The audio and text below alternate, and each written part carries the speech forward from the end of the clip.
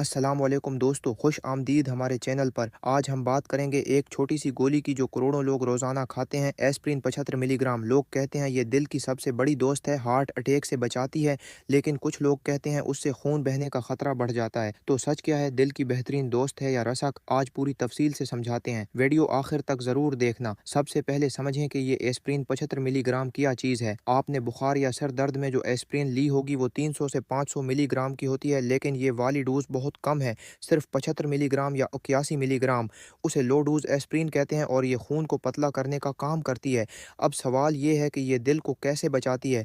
हमारे खून में प्लेटलेट्स नामी छोटे सेल होते हैं जो खून जमने में मदद करते हैं। जब दिल की नालियों में कोलेस्ट्रॉल जमा होता है तो प्लेटलेट्स वहाँ चिपक कर लोथड़ा क्लॉट बना देते हैं, और यही लोथड़ा हार्ट अटैक या दिमागी फालिज का सबब बनता है।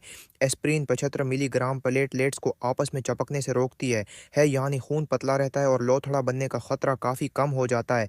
इसीलिए डॉक्टर्स दिल के मरीजों को ज़िंदगी भर रोज़ाना एक गोली खाने को कहते हैं। कौन से लोगों को ये गोली खानी चाहिए? जिनको पहले हार्ट अटैक हो चुका हो या स्टेंट डाला गया हो, एंजियोप्लास्टी के बाद हाई रसक वाले लोग जैसे sugar, high blood pressure, cholesterol, cigarette नोशी करने वाले, लेकिन सिर्फ डॉक्टर की हदायत पर। कभी कभी फालिज के बाद भी पाकिस्तान और इंडिया में मशहूर ब्रांड्स एकोस्प्रिन 75, लोप्रेन 75, डेस्प्रिन सीवी, एकोस्प्रिन एवी जो कोलेस्ट्रोल की दवाई के साथ आती है, एस्टिमिन 75 वगैरह। डोज कितनी है? रोज सिर्फ एक गोली, रात के खाने के बाद या डॉक्टर जो कहे। खाली पेट मत खाना, मादा खराब हो सकता है। एंट्रक कोटेड वाली जैसे एकोस्प्रिन बेहतर होती है क्योंकि मादे को तहफ़्फ़ुज़ देती है। अब बात करते हैं साइड इफेक्ट्स की। यही वो रस्क वाली बात है। मादे में जलन, उल्सर या खून बहना हो सकता है। नाक से खून, मसूड़ों से खून या संगीन अंदरूनी खून बहना का खतरा, और रजी वालों को सांस की तकलीफ या रैशेज ऑपरेशन से पहले डॉक्टर बंद करवा देते हैं क्योंकि खून नहीं रखता।